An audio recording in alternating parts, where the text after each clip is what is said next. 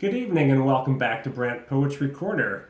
Friday evening, and I've got a poem by Rudyard Kipling about gardening. It's called The Glory of the Garden. Our England is a garden that is full of stately views, of borders, sheds and shrubberies, and lawns and avenues, with statues on the terraces and peacocks strutting by. But the glory of the garden lies in more than meets the eye. For where the old thick laurels grow along the thin red wall, you'll find the tool and potting sheds, which are the heart of all. The cold frames and the hothouses, the dung pits and the tanks, the rollers, carts, and drain pipes, with the barrows and the planks. And there you'll see the gardeners, the men and prentice boys, told off to do as they are bid, and do it without noise. For except when seeds are planted, and we shout to scare the birds, the glory of the garden it abideth not in words.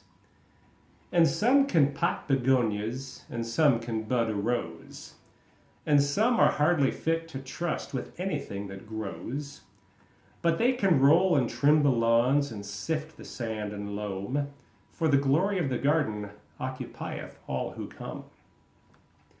Our England is a garden, and such gardens are not made by singing, "Oh, how beautiful," and sitting in the shade, while better men than we go out and start their working lives at grubbing weeds from gravel paths with broken dinner knives.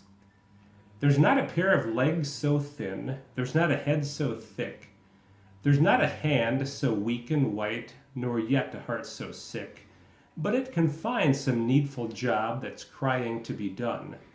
For the glory of the garden glorifieth everyone. Then seek your job with thankfulness, and work till further orders, if it's only netting strawberries or killing slugs on borders.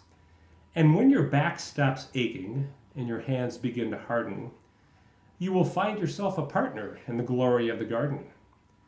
Oh, Adam was a gardener, and God who made him sees that half a proper gardener's work is done upon his knees.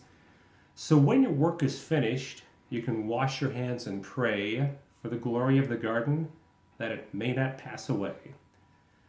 And the glory of the garden, it shall never pass away. And that was The Glory of the Garden by Rudyard Kipling.